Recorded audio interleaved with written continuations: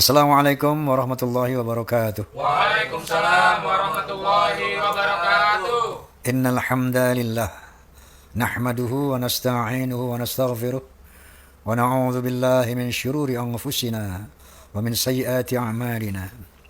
May yahdihillahu fala mudilla lahu wa may yudlil fala hadiya lahu.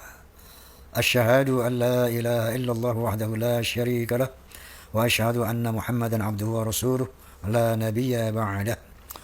اللهم فصل وسلم وبارك على سيدنا محمد وعلى آله وصحبه ومن والاه لا حول ولا قوة إلا بالله. اللهم صل على سيدنا محمد وأشغل الظالم بالظالمين وأخرجنا من بينهم سالمين وعلى آله وصحبه أجمعين. Baiklah pemirsa, sebagaimana biasa saya ingin menyapa fans of Roma and Soneta Forza, kemudian Fahmi Tamami, Forum Silaturahmi Takmir Masjid dan Musholla Indonesia, PAMDI, Persatuan Artis Musik Dangdut Indonesia, PWILS, Perjuangan Wali Songo Indonesia, Laskar Sabilillah, PIN, Perisai, Idaman Nasional, dan juga Klaners. Pemirsa di seluruh dunia yang bisa melihat acara ini, rahimakumullah, amin. Sekarang ini kita sedang merasa sedih, resah, bahkan marah karena terjadi satu turbulensi di dalam tubuh satu organisasi Islam yang terbesar di Indonesia, bahkan di dunia, Nahdlatul Ulama, yang artinya kebangkitan ulama. Baik, sebelum kita melihat, menelaah, menganalisa kenapa turbulensi ini terjadi, secara sejarah kronologi, bahwa pada Januari tahun 1926, Hadratus Syekh Kiai Haji Hashim Asy'ari, kemudian Kiai Haji Abdul Wahab Hasbullah, kemudian Kiai Haji Bisri Syamsyuri mendapat arahan dari Syekhana Khalil Bangkalan untuk membentuk sebuah organisasi, sesuatu jam'iyah yang kemudian diberi nama Nahdlatul Ulama. Jadi inisiator daripada Nahdlatul Ulama ini adalah Kiai Haji Syekhana Khalil Bangkalan. Jadi kalau ada isu yang sudah dibantah keras oleh PBNU bahwa ada seorang Habib namanya Habib Hashim bin Yahya sebagai inisiator, ini sudah dibantah keras oleh PBNU dan itu tidak benar. NU pada perjalanannya hampir 100 tahun ini dalam kondisi baik-baik saja, dan tentu sebagai benteng Ahlus Sunnah wal Jamaah di Indonesia yang terbesar, ya, dengan bermadhab Syafi'i dan menghormati madhabul arba'ah yang lainnya. Sebagaimana kita tahu madhabul arba'ah itu Imam Hanafi, kemudian Imam Malik, Imam Syafi'i, dan Imam Hambali. Hampir 100 tahun, Masya Allah, NU menjadi, katakanlah, penjaga umat, penjaga akidah, bahkan penjaga NKRI. Di dalam sejarah perjuangan Nahdlatul Ulama untuk NKRI, sebagaimana kita ketahui dalam sejarah bahwa Hadratus Syekh Kiai Haji Hashim Asy'ari telah mengeluarkan fatwa jihad, ya, resolusi jihad dalam rangka menangkal atau melawan agresi militer yang kedua yang dilakukan oleh Netherlands Indies Civil Administration yang menumpang tentara Inggris di bawah pimpinan Jenderal Malabi saat itu. Kemudian kita tahu Hadratus Syekh juga dibantu oleh kakeknya Gus Abbas, ya, yang ditunggu-tunggu sebagai komando untuk melawan agresi militer nikah ini, dengan dalil bahwa hubbul wathan minal iman. Masya Allah, inilah salah satu komitmen NU di dalam menjaga akidah umat Islam dan menjaga negara kesatuan Republik Indonesia, bahkan turut memerdekakan negara kesatuan Republik Indonesia. Nah, dalam perjalanannya hampir 100 tahun, NU sebagai penjaga akidah, pengayom umat Islam khususnya, dan garda terdepan untuk negara kesatuan Republik Indonesia, berjalan fine-fine saja, baik-baik saja. Tapi di ujung ulang tahun yang ke-100 ini terjadi suatu peristiwa yang memalukan, menyedihkan, yaitu di mana Rais Am Kiai Haji Miftahul Akhyar membuat surat pemecatan dengan dasar rapat harian dari Suriah, memecat ketua PBNU, ketua Tanfiziyah, kalau tidak salah pada tanggal 23 November, bahwa saudara ketua umum PBNU yaitu Gus Yahya harus mundurkan diri, kalau tidak diberi waktu 3 hari akan dimundurkan, dipecat. Ini dengan dasar bahwa menurut Rais Am ketua PBNU Gus Yahya Khalil Stakuf telah melanggar etika organisasi, yaitu masalah ketika Gus Yahya mengundang seorang tokoh Zionis yang bernama Peter Berkovich di dalam acara AKN, Akademi Kepemimpinan Nasional NU.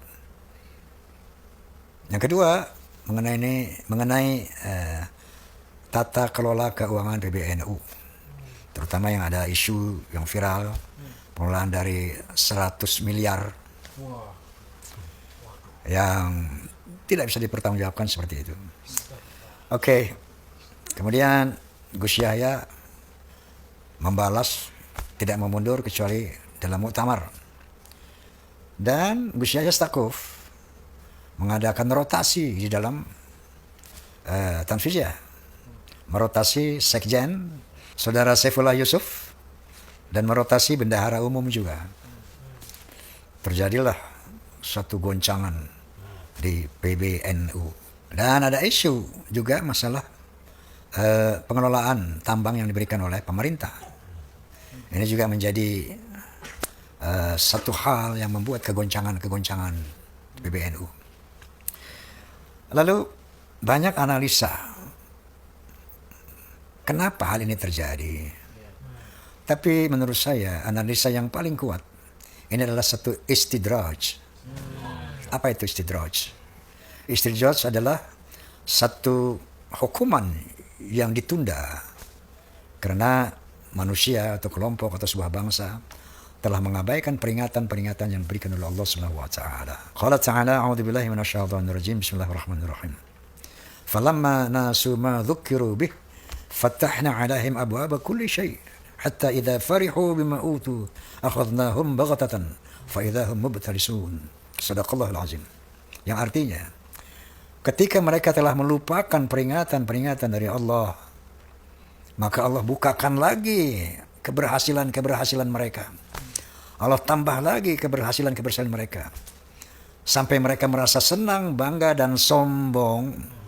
Maka saat itulah Allah jatuhkan azab sampai mereka tidak berdaya. Lalu apa yang menjadi pemicu daripada azab ini, hukuman ini? Diyakini oleh banyak pihak adalah masalah polemik nasab yang tidak dituntaskan oleh PBNU. Polemik nasab yang katakanlah diawali oleh penelitian Kiai Haji Imaduddin Utsman Al-Bantani. Itu yang telah membongkar secara ilmu nasab, ilmu sejarah, bahwa ternyata kaum Ba'alawi itu tidak terkonfirmasi sebagai keturunan Nabi Muhammad SAW. Tambahan lagi dari ahli biologi, Dr. Sugeng Sugiharto, yang sampai saat ini pun tidak terbantah, sebagaimana tesis Kiai Imad, yang juga sampai detik ini tidak dibantah, tidak bisa terbantahkan, bahwa secara biologi haplogrup Rasulullah bangsa Arab J1, sementara Ba'alawi terkonfirmasi haplogrupnya adalah G. Jangankan turunan Nabi, haplogrup ini bangsa Arab aja bukan. Tambahan lagi Profesor Menahem Ali yang juga tidak terbantahkan secara filologi bahwa kaum Ba'alawi ini memang bukan orang Yaman asli. Mereka itu imigran dari Kaukasus, bukan orang Yaman. Jadi dari 3 data ilmiah ini, maka terjadilah satu guncangan besar. Yang seharusnya semua ini disikapi oleh PBNU dengan mengadakan bahsul masail. Karena tradisi NU, kalau ada masalah di dalam tubuh NU, maka untuk memberi solusi kepada permasalahan itu selalu diadakan bahsul masail, pembahasan persoalan untuk memberi solusi kepada umat yang bersengketa sehingga tenang. Disinilah terjadi suatu big question mark, tanda tanya besar, yang kemudian sudah ada jawabannya. Kenapa mereka tidak mengadakan bahsul masail? Padahal pada Muktamar NU yang ke-31 di Boyolali telah merekomendasikan bahwa dibenarkan untuk menggunakan tes DNA untuk membatalkan nasab, walaupun bukan untuk mengisbat nasab. Itu sudah ada ketetapannya. Tapi ini tidak dilakukan oleh Nahdlatul Ulama. Kenapa? Ternyata PBNU ini sekarang sudah seperti PSSI. Sudah lama mengadakan naturalisasi Ba'alawi. Itu dari tingkat cabang sampai MPW sampai pusat DPP, itu banyak tokoh-tokoh Ba'alawi. Ini salah satu faktor bahwa PBNU tidak mampu melaksanakan bahsul masail yang bersifat konfrontatif. Mengadu 2 hal yang bersengketa, mengadu 2 pendapat yang berbeda secara konfrontatif, bukan bahsul masail sepihak gitu kan. Nah, kenapa ini menjadi faktor penyebab dari katakanlah peristiwa besar ini yang dikatakan istidraj ini? Karena polemik nasab ini bukan masalah kecil, tapi masalah yang amat sangat besar. Sudah terbukti kebohongan mereka, ya, melalui sejarah. Sudah terbukti kemusyrikan yang mereka lakukan. Bagaimana mereka menjadikan manusia, foto manusia sebagai Tuhan, minta sama Umar Muhdar. Ya Umar Muhdar, minta kepada kuburan. Belum lagi khurafat-khurafat yang menyesatkan umat. Mereka bisa mengatakan bahwa Habib Faqih Muqaddam yang menurut sejarah itu tokoh fiktif, nggak ada orangnya. Tapi dikatakan sebagai ulama besar yang nggak ada, kitab-kitabnya nggak ada, sejarahnya nggak ada. Mi'raj 70 kali satu hari. Ada yang bisa nurunin rantai emas dari langit. Ada yang bisa nurunin hujan susu. Kalau orang mati ditanya man rabbuka, jawab Abdullah Ba'alawi. Ini kemusyrikan, kesesatan, khurafat yang jelas merusak akidah umat Islam. Dibiarkan. Jelas. Bukan samar-samar. Belum lagi pemalsuan kuburan-kuburan oleh orang Pekalongan. Kuburan-kuburan palsu dibuat. Kuburan ulama-ulama wali dinisbatkan sebagai Ba'alawi. Ini sudah Masya Allah, terang benderang, bukan hoax. Tujuannya jelas, untuk merubah sejarah bangsa Indonesia. Sampai mereka bisa mengatakan Indonesia milik Aulia Tarim. Ini ancaman untuk akidah umat Islam. Ancaman untuk bangsa Indonesia yang begitu terang benderang, tetapi Nahdlatul Ulama tidak mengadakan bahsul masail. Ini dosa yang besar, kata PBNU. Maka muncullah turbulensi ini. Ini analisa yang sangat rasional, yang sangat ilmiah, bukan hoax, bukan fitnah. Saya ingin mengingatkan bahwa jangan kamu yakin bahwa PBNU itu akan abadi di Indonesia. Jangankan sebuah organisasi Islam. Islam saja bisa hilang dari sebuah negara. Contohnya Andalusia. 500 tahun agamanya Islam, 500 tahun. Sekarang mana?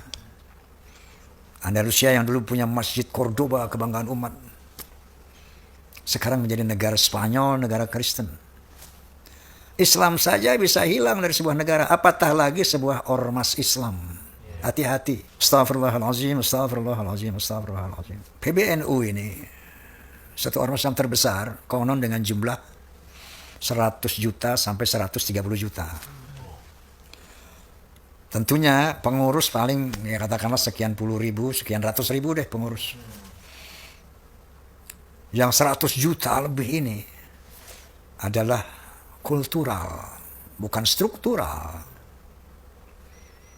Tugas struktural mengayomi, artinya menjaga akidah yang kultural ini, menyelamatkan kultural. Di samping itu menyelamatkan, menjaga NKRI dari rencana penjajahan Pahlawi.